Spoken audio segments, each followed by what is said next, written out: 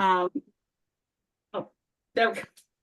And this meeting will be recorded, and we're going to focus the video on recording on the speakers. So I'm going to do some reminders here, accessibility reminders. Remember to do image description. Remember to do image description, when you're speaking, just describe yourself when you're speaking. And we do have captions that are on if you wish to activate them. The North Carolina Statewide Independent Living Council is a federally mandated, non-for-profit, governor-appointed council. A majority of council members must be people with a disability. And by federal law, the SILC is charged with developing a state plan and provisioning statewide independent living services.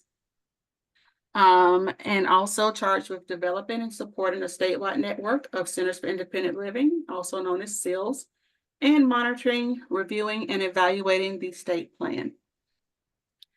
And we chose this topic for our Lunch and Learn for two reasons. One, we have a very important presidential election in about 2 months. And we want to do our part to keep our community of people with disabilities informed, engaged, and empowered, to make sure our votes are counted and to get involved with advocating for equal access to the polls in every election cycle in our state. We're so excited to present this important topic with our state PNA organization, Disability Rights NC. Oh, and let me go back. Gloria, did you want to introduce yourself? I forgot to have Gloria, our executive director, introduce herself. Well, thank you, Monique, and good afternoon, everybody. Thank you so much for joining us today for this really important webinar. Voting day is just around the corner, and early voting is even closer. So I hope and I know you will find the information that Disability Rights North Carolina presents today very helpful, and we thank them for being a part of our webinar. And I'm going to turn it back to Monique. All right. So I'm going to go ahead and introduce our speaker for today. Corey Dunn with Disability Rights North Carolina joined DRNC in 2011 as the agency's Director of Public Policy. Corey was born and raised in Durham, North Carolina, graduated from UNC Chapel Hill and North Carolina Central University School of Law. Prior to coming to work at DRNC, she practiced law in a small firm. She also served as a direct care provider to adults and children with developmental disabilities and worked in nonprofits seeking to expand access to education and increase investment in low wealth communities. So thank you so much, Corey, and welcome, welcome. I'll go ahead and pass it over to you. Thanks, Monique. And thanks, Monique and Gloria, for the invitation. We are always happy to talk about voting and people with disabilities. So I'm so glad to have y'all and have your time and attention today. I want to encourage everyone to ask questions as they arise for you. They are this is a very informal conversation, and so I want to make sure that if you have questions, we get to answer them. So don't feel like you need to wait until a special time at the end to ask questions.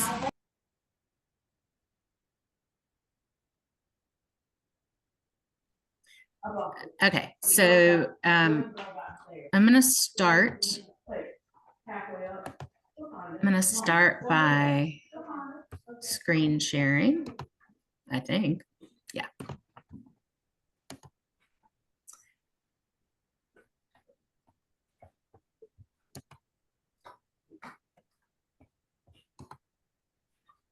All right, folks, this is our website. So if you aren't already familiar with our website, disabilityrightsnc.org, this is the easiest way to find most of the information you need from us. You will notice that right now and for the next several weeks, there's a big banner at the top there in yellow.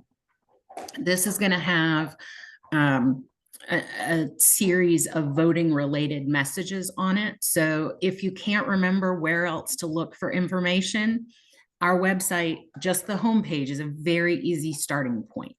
So election day is November 5th. Voter registration deadline is October 11th.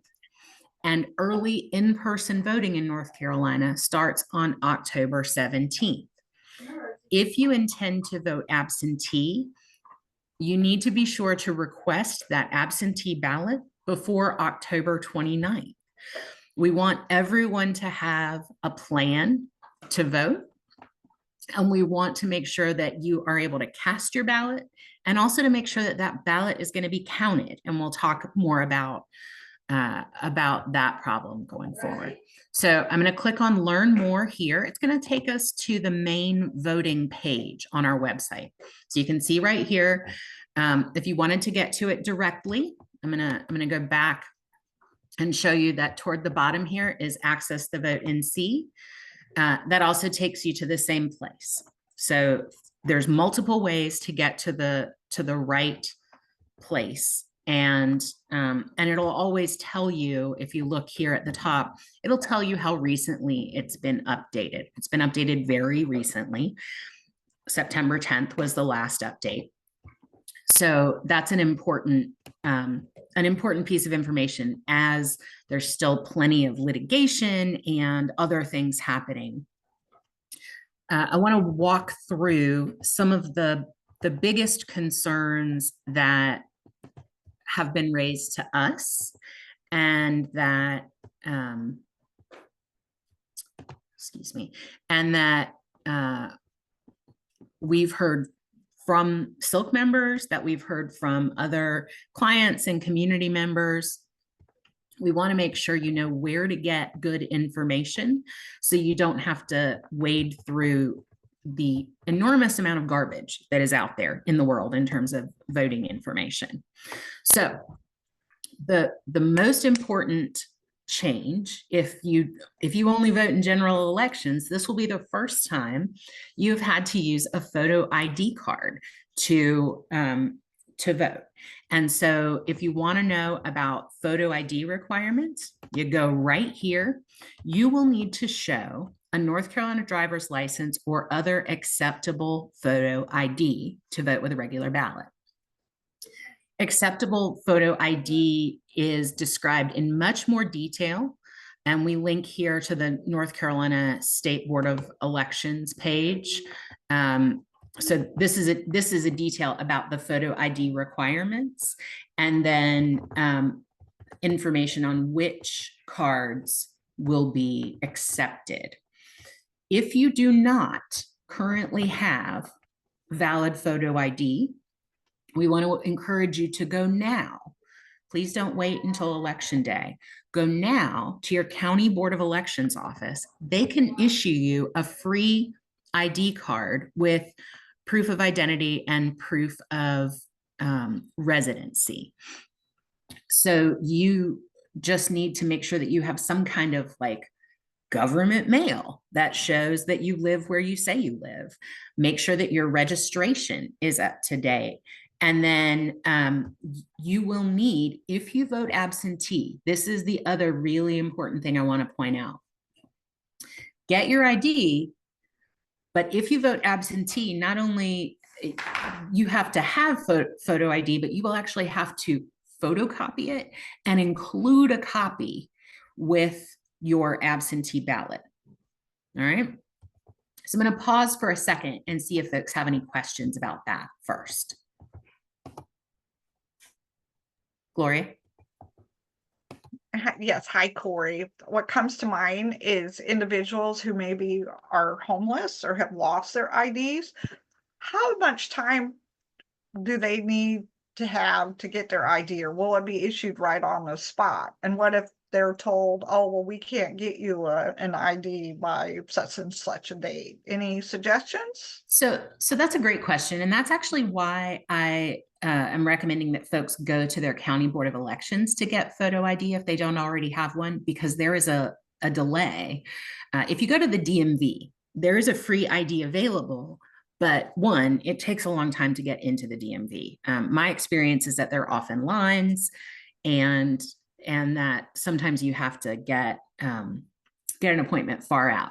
Second, the DMV doesn't print ID cards in-house anymore. They use a vendor, and that vendor could take weeks to return your photo ID to you, which means, and the little piece of paper they give you at the DMV that's your temporary ID is not acceptable for voting. So please do not rely on DMV. If you don't currently have photo ID, I would really encourage you to go to the County Board of Elections and get an ID as soon as possible, to make sure that you have one that will be accepted by your elections officials. Pretty hard for them to turn down their own card that they issue. So it's a safe choice. So please don't expect to be able to get quick turnaround, but in the DMV, but at the County Board of Elections, they have the printer on site. They should be able to produce a card for you literally same day. I don't know if it takes 5 minutes or 30 minutes or what exactly, but it's certainly faster than waiting weeks for DMV's vendors to mail you a card after you go to the DMV. Any other questions before I move on from how to get an ID? Alexandra? Thank you. So I actually have a consumer who her ID is expired, needs to take care of this. She's also someone who does not have the ability to leave her home. Do you know, and I would think the answer is no, but sometimes it's not. Do you know if I took her information to the County Board of Elections, could I get an ID for her? You cannot. That's Okay. a good question. So Yeah. you cannot, because the person has to actually be there to have the photo taken. Oh, they're actually doing a photo, not just It's like, a photo ID. Yeah, it's a compliant Nice. photo ID. So it'll have an expiration date, all that good stuff, all the things that the state legislature required of IDs to be acceptable for voting. okay, sweet. So they're going to take a picture of you. So do your hair. Okay. And what you can do, though, is the North Carolina Division of Motor Vehicles has a homebound ID process. Now, it's not quick, and it involves some fairly onerous steps. I can send that link to y'all after this. I don't have that one queued up, but if anyone else does have it, you drop it in the chat. That'd be great. Thank you. Yeah, absolutely. And so if you find folks with challenging circumstances like that, where you got to navigate difficulties leaving home, for example, and the need for an updated, acceptable photo ID, check out our website, and then I'll get to our phone number in just a second. Gloria, yeah.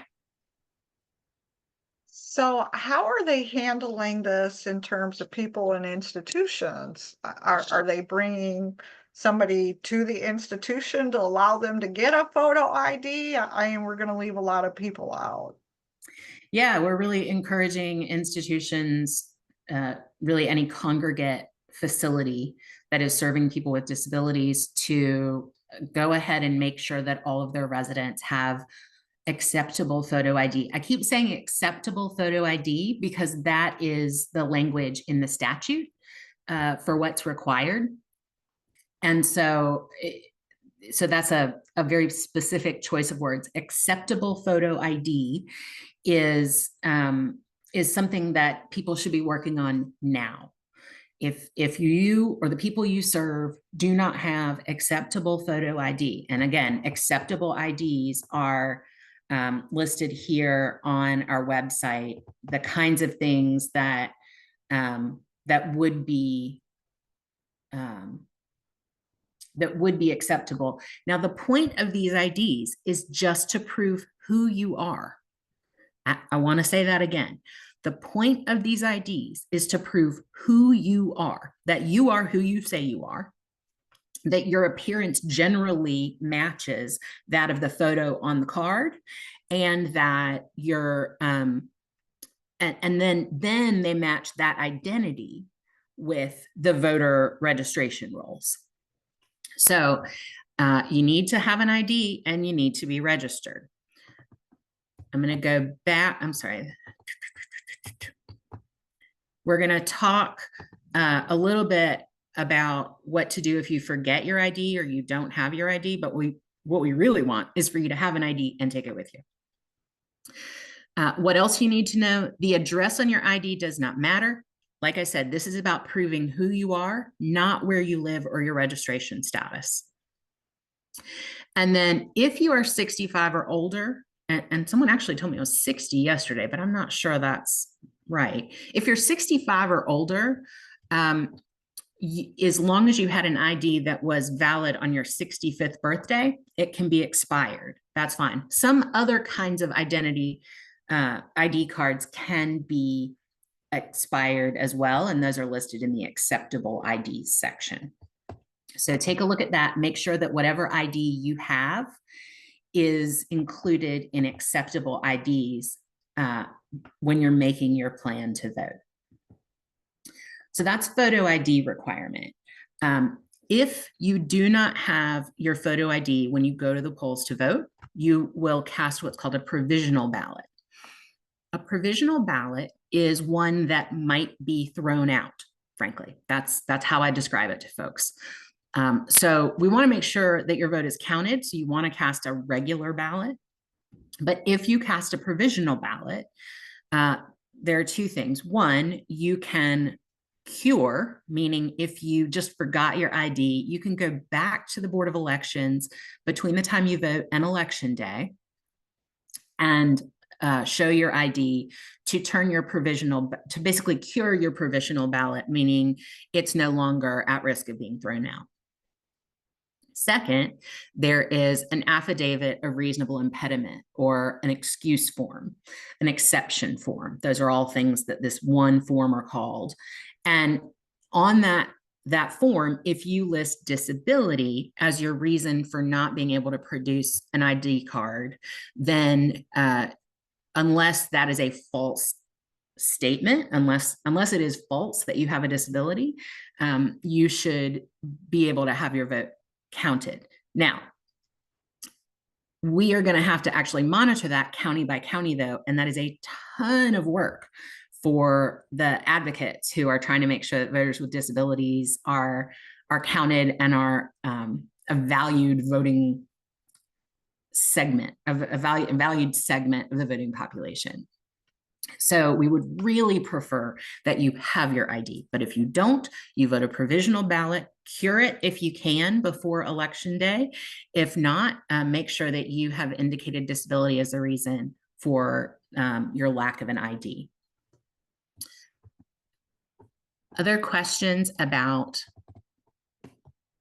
provisional ballots, having an ID, not having an ID?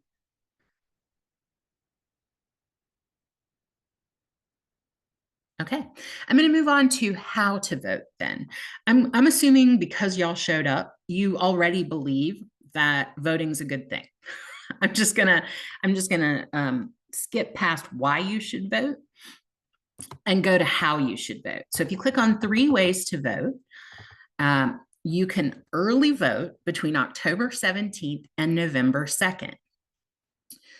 You can go to earlyvotenc.com to find the early voting sites and schedules in your county. You must go to a poll place in your county, but unlike voting on Election Day, where you have to go to your specific precinct that you're assigned to, any poll site in your county is fine for early voting, which is great, so much more convenient. Maybe it's closer to work or school or your doctor's office or some other thing that you're doing.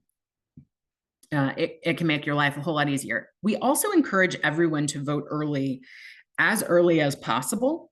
So go ahead and get informed about the issues and the candidates, because when you vote early, you have a time to fix anything that goes wrong, right? Say you show up and you realize you don't have your ID. Well, you have an opportunity to go back.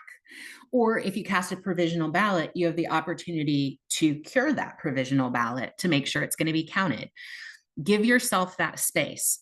So vote as soon after October 17th as you can. And make sure that you know where you can vote and when you can vote by going to earlyvotenc.com to identify your local, your county's early voting poll sites.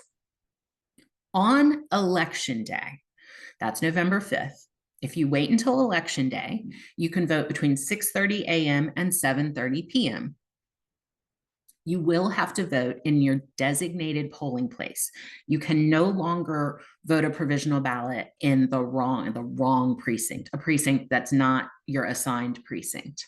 So you need to go to myncvote.com or to ncsbe.com and .gov, sorry, and make sure that you are you know where you're registered. Your polling place can change from year to year, so it's important to check this even if you think you know where you vote. Sometimes counties choose new polling places. Maybe there's construction at an old polling place, or maybe they found a place that's bigger to accommodate a growing community. Please make sure you know where you need to go to vote for early voting and for election day voting. And then the final way to vote is by mail. So if you vote by mail, also called absentee voting, it's changed a little bit since 2020. You will need 2 witnesses to cast your absentee ballot. And you will need to request your absentee ballot by October, did I say 27th? Ooh, I think, or 29th, sorry. And you need to follow the directions very carefully. It is not intuitive. It's a complicated envelope in an envelope and a place to put your copy of your ID. Please do this as well as early as possible. We have seen delays in mailing ballots in the past. We've seen delays in getting ballots sent back in the past. This year, your ballot must arrive at your county board of elections. That's not just any county, it's not the state board. Your county board of elections, where your ballot is being cast, it must arrive by election day. We used to have a grace period where if you mailed it by election day and then it got there within 3 days, it would be counted. That is not true anymore. You must mail it with enough time that the U.S. Postal Service can get it to your county board of elections before election day. Okay. That's a really, really important change.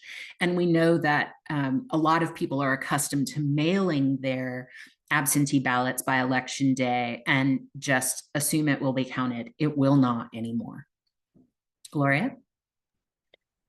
Yes, Corey. So it's not just a matter of it being postmarked by election day. It needs to actually arrive. Is that It needs to be correct? received by the county board of elections. It needs to be in their hands on election day, or it will not be counted. Okay, thank you. Mm-hmm. This is also going to be a challenge for voters who live in facilities, for example, who will be potentially relying on some assistance and someone else's schedule to get their absentee ballot cast. We want to make sure that everybody who's living in a facility understands that those ballots don't just need to be mailed by election day, they need to be received at the county board of elections, the correct county board of elections. So, for example, if they tried to batch mail a bunch of absentee ballots to the county board of elections where the facility sits, that's not necessarily going to work because a lot of those residents probably are voting in other counties. You must send it to the county where the ballot was issued and it must be received by election day.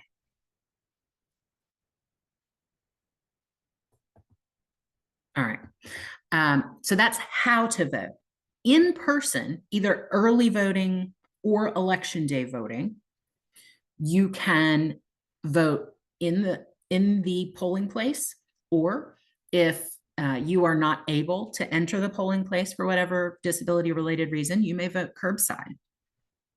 The rules are basically the same. Someone will come to the vehicle with your information. You'll give them your information. They will come out with your ballot in a little folder or an envelope. They will give you your ballot and you can vote that ballot. Whether you vote in person, early, in person, curbside, early, in person, election day, in person, curbside, election day, or absentee, no matter what way you vote, you are entitled to any disability related assistance that you need to cast that ballot. And you may receive that disability related assistance from the person of your choice. The only exceptions, the only people you cannot legally receive assistance from are your employer or your union rep. So that's not something most of us have to worry about. But I mean, my employer doesn't usually go with me to the polls. So make sure that you get the help you need from the helper that you want. So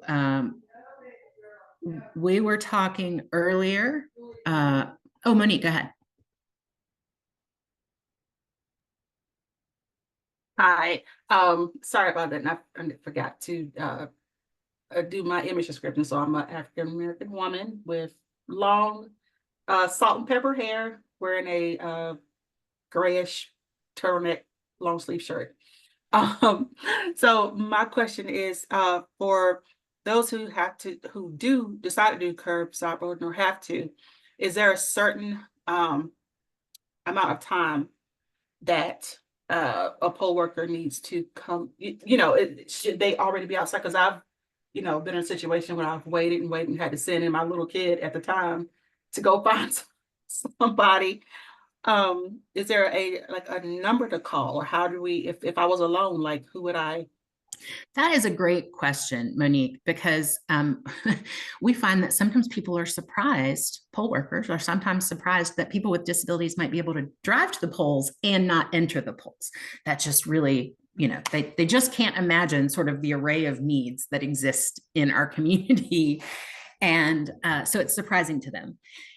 If you vote early, first of all, there are fewer sites and therefore they're able to do a little better job with like signage and notification of the poll workers. The sort of gold standard that we like to see is when you drive up, there's either a button to push or something that you drive over that indicates to staff that it's time to come out and check on a curbside voter. That doesn't happen everywhere. And if you experience difficulties, we want to make sure that you reach out to us, and we're going to focus on the hotline number in a few minutes. But if you have trouble, you can always call our hotline. If you have trouble, you can always call your county board of elections and let them know that a poll site is not being responsive. But there isn't a set amount of time. The idea, though, is you shouldn't have to wait extra because you're voting curbside. I mean, there's a few extra minutes because it takes time to go in and out of the building with the folder and the thing. But if there's a line for voters in the poll site, you're going to wait longer than you would otherwise. If you show up and there's no line, then you shouldn't have to wait substantially longer than voters who are going into the polling place. That said, we never know what that line's going to look like at any given time. The earlier you vote, the shorter the lines typically. Also, if you have the flexibility to vote during a weekday, during sort of traditional office hours, lines tend to be shorter. And so you're doing your friends and colleagues a favor who can't vote during the traditional workday if you do. So if you can do it, please go during those low traffic times, because that makes it easier for the people who cannot go during those times. So be a good ally to your friends and community members who rely on those late evening or weekend hours to get to the polls by going at low traffic times. Okay, I want to draw your attention next to the voting guides here on our site. This is really important information. We have both a statewide guide and some county guides. We don't have a county guide for all 100 counties. We have it for 9 counties, 8 or 9 counties. But the statewide voting guide covers all the statewide offices and races. These are available in English and Spanish, and I'll just click through the English version so that you can get a sense of what it looks like. These are separated out by the office, right? So these are all on the left. North Carolina, if you haven't voted here in the past, you may be surprised at how many statewide elections there are. We have what's called a Council of State. So it's not just the governor, it's governor, Supreme Court, Secretary of State, Lieutenant Governor, Attorney General, Superintendent of Public Instruction, Treasurer, Auditor, Commissioner of Labor, Commissioner of Agriculture. So for example, I'm trying to scroll and I cannot. There we go. So for example, we have the governor's race. It describes what the governor's job is here, so you know why you're voting for a governor. And we have information from each candidate taken from the candidates' websites in most cases themselves, and links to their websites, as well as an audio transcript of the information that's posted here. So if you need an audio version of any of this information, you can get that on our website. Questions about how to access the voter guides or and the accessible formats that those are available in? We also distribute large print versions of these voter guides to facilities where people with disabilities live.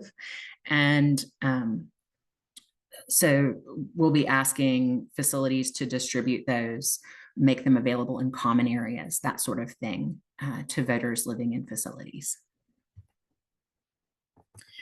And then, so we know when to vote, we know how to vote, we know how to get some information about candidates and issues. I want to remind you that bring a photo ID. It's okay if it's not the right address, but it needs to look like you. It needs to have your correct name. If you don't have an ID, ask for an exception form. If you have to use an exception form and you have an ID at home, go back and give it to the county board before Election Day.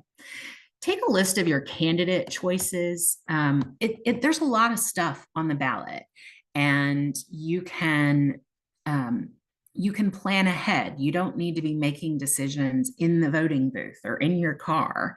You can write out or print out or save on your phone a list of the candidates and choices you want to make on that ballot. Do not, please, take photos of yourself with your voted ballot at the poll site. That is illegal. It's the subject of litigation right now, but please don't do that. There's really no need to have anyone get caught up in that particular fight. Let's let the courts decide that. Reminder that if you have a disability, you can get help to vote from anyone you choose who is willing. You can't just conscript people off the street, but just not your employer or your union agent. And you can get that assistance at curbside from a person of your choice, including the poll workers, if you'd like. Okay, sorry. If you have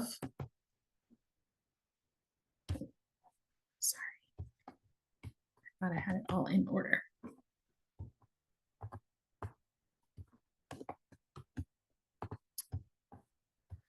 If you have been told that you are on the inactive voting list, meaning that you haven't voted recently, and so they have, basically it's the step before being removed from the voting rolls.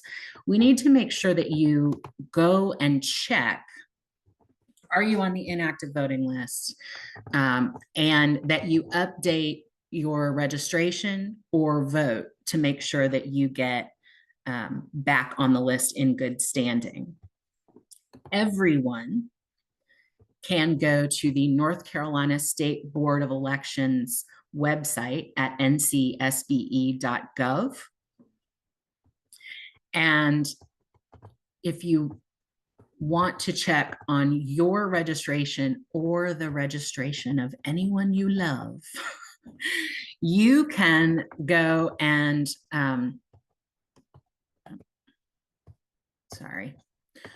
voter resources. You can go and check your voter record by looking yourself up. The voter search is what it's called. You can enter your name, your year of birth, and your county and your voter status, and you can see where you've voted, when you've voted, and that you are in good standing. I encourage everyone to do this now because you don't want to be trying to fix this as we get closer to election day. That's just too chancy. We want to make sure that everyone is able to show up at the polls, have a good experience, and get their vote counted. I want to add that, are y'all seeing the Alamance County page right now?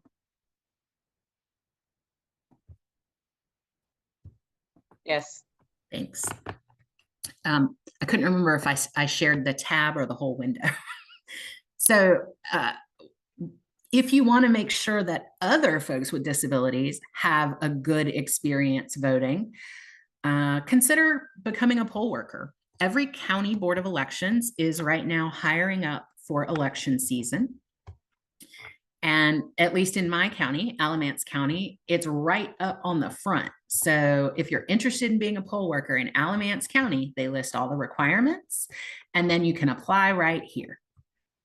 So please make sure that if you know anyone in your community who needs a job and who just has a little extra time during voting season, this is a great way to make sure that people with disabilities are at the table rather than on the menu.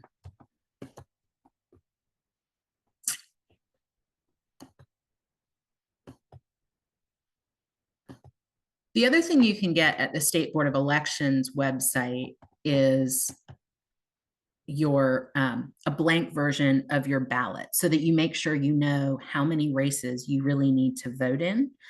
And so you don't just give up before you get to the end. Because I know I have made the mistake of being surprised by the time I get to the ballot and realize there's a race on there I didn't even know about or research. And I hate either making an uninformed decision or not making a decision at all because I don't feel like I can make a good one. So make sure you know what all the races on your ballot will be. When you go to the State Board of Elections website, you can view a blank copy of your ballot. And if you have the ability to print, one of the options, of course, would be to either print it or save it, like say on your phone as an image, and then you can mark your choices so that when you go to vote, you don't have to try and do it by memory because there are a lot of races.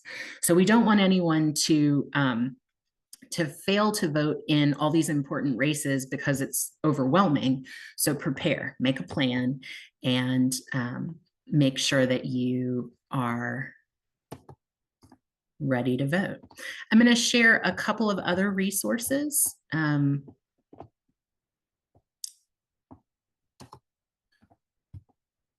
Importantly,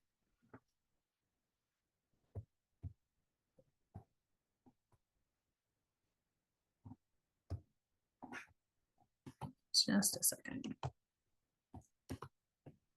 Not quite as quick. Not quite as quick as I once was.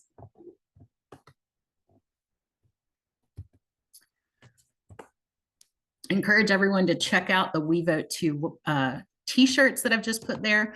This really highlights our election protection hotline for people with disabilities. 1-888 we vote the number 2, we vote 2.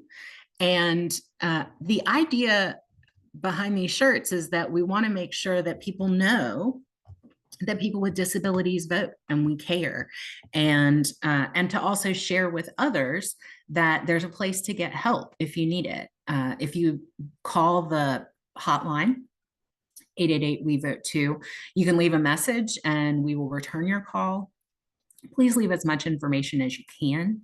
It's really helpful to us to not just return a call and not know what the questions are, but if you can leave questions on the voicemail, that's really helpful for us. And then second, we will have the calls being answered live during at least a portion of the day during early voting up to the election day. If you or anyone you know experiences barriers to voting, someone tells you you can't have the assistance you want, someone tells you anything that really contradicts what we're telling you here, that your ID that you think is acceptable is not, that you're in the wrong place, that you are whatever it is.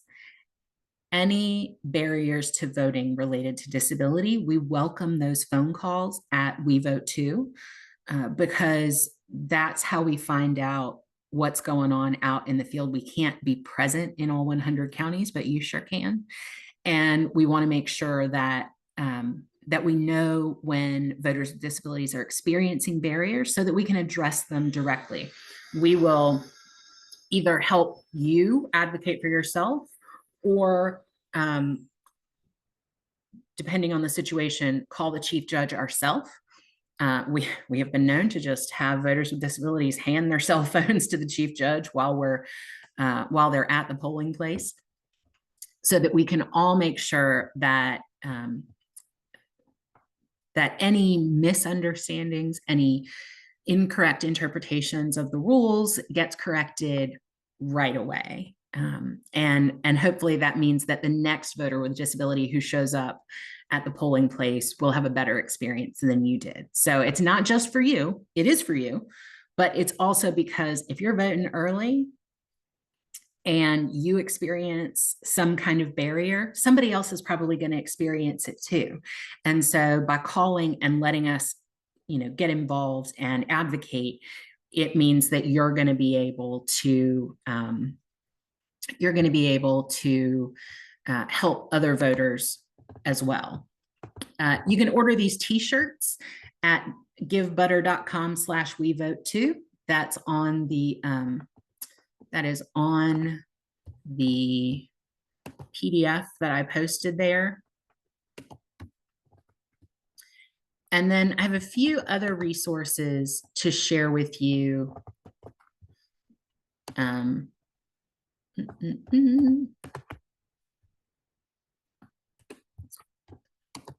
Sorry, I'm not super fast at this, but this is an order form for our flyers. So we have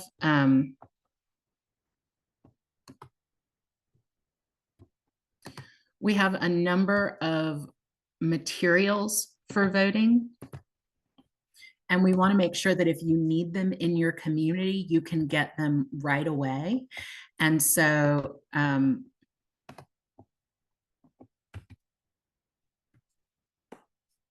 I'm putting PDFs in here, but you can also go to the flyer order form, or you could print them yourself so you can have them as soon as you need them. If you have an event where you think it would be helpful to have more materials, I encourage you to contact us as soon as possible so that we can make sure that, you know, we're able to get them to you in a timely fashion.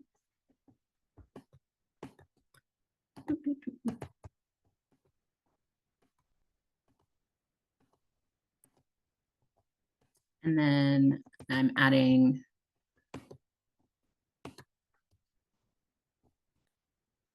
several other documents here so that you can use them and share them with others. Feel free to reprint, share widely. If you have questions about the information on any of these, I'm happy to take questions about them. I am also happy to, sorry, we have all these documents now. I'm also happy to take questions on anything that you thought I might talk about that I didn't get to yet.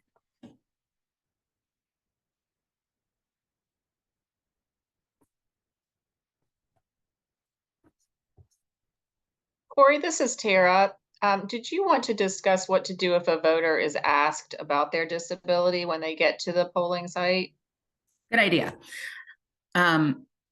So if you need assistance at the polling place, all you should have to do is indicate that you need assistance related to your disability and indicate from whom you would like to receive that assistance. So if I show up with my mother-in-law and I need her assistance to mark my ballot, all I should have to do is say, I want her to help me. Now, if verbalizing that is a barrier, that's okay too, because your assistant can verbalize that for you if that's valuable to you. And as long as you assent, meaning you agree, you nod, you go along with it, as long as you're not expressing disagreement, that shouldn't be a problem. But nobody needs to know your diagnosis or exactly why marking a ballot is a challenge for you or anything else about your life, except that you're a registered voter and you have acceptable photo ID in order to cast a ballot. So don't let anyone tell you you need to share all your private information. We are so accustomed to being demanded to have disability related information demanded of us frequently. I want to make sure that folks know that it's none of anybody's business. That you have a disability is enough. Does that answer your question, Gloria? Yeah, nobody Yes, gets to and- decide if you're disabled enough or if you're disabled the right way, or nope, that's not up to elections officials. And even if you have a guardian. And even if you have a guardian. In North Carolina, people under guardianship retain the right to vote. Unless there is a court order that specifically says Corey Dunn no longer has the right to vote, I'm in, I'm good.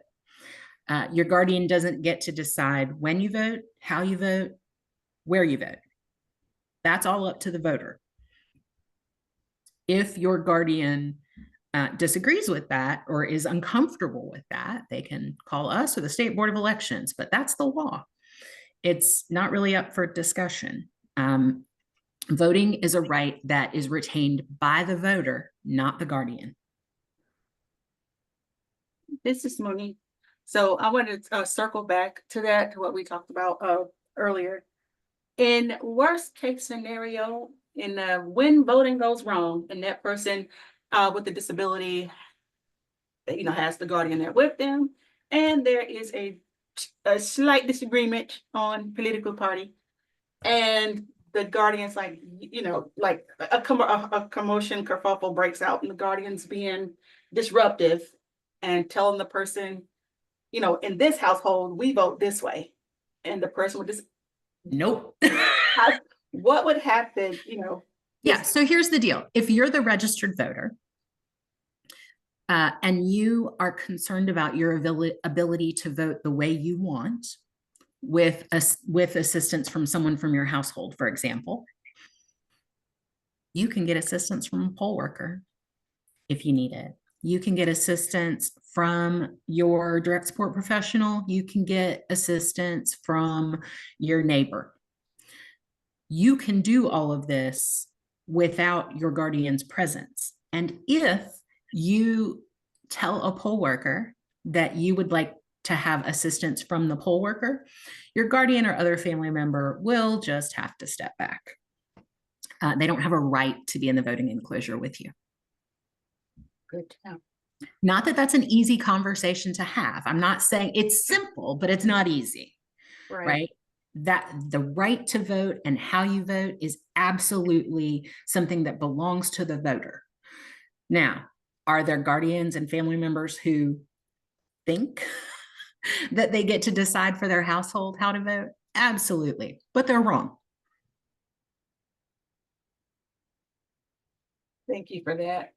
Because a lot of safety concerns, you know, a lot of people with Yeah, absolutely. And I think it's retaliation and things of that nature, you know. And I think it's really important to share with guardians that part of their job is to support people with disabilities in making decisions. That's not just, you know, substituting their judgment in every case. For the purposes of voting, it's really important that we recognize that that right lives with the voter.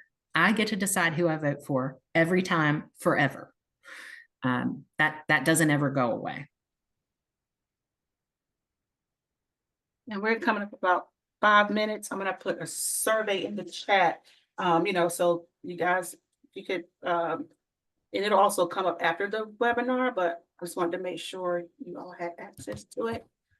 You know, just put that in there. Well, if anybody has any questions or if you had anything else you wanted to go over, Corey. Actually, Tara just reminded me of one thing I haven't mentioned yet. Sorry, there's a ton of information. That if you vote in person at the polling place inside the voting enclosure, that is not curbside, and you need assistance, that assistant will have to sign a non-voter log. That just means they have to identify themselves. They have to say who they are. There's a lot of sort of fear and suspicion around voting assistance. People just assume that if you need assistance, you must not actually be able to form up an opinion, which we know is absolutely not true.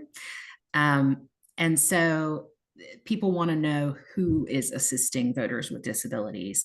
And so any non-voter who enters the voting enclosure will have to sign a non-voter log. And that's true for people who are providing assistance, people who are partisan observers in the polling place, anyone who's grown. You know, you can take your kids with you into the voting enclosure without them having to sign a non-voter log, but anyone you're not providing care for will need to sign a log.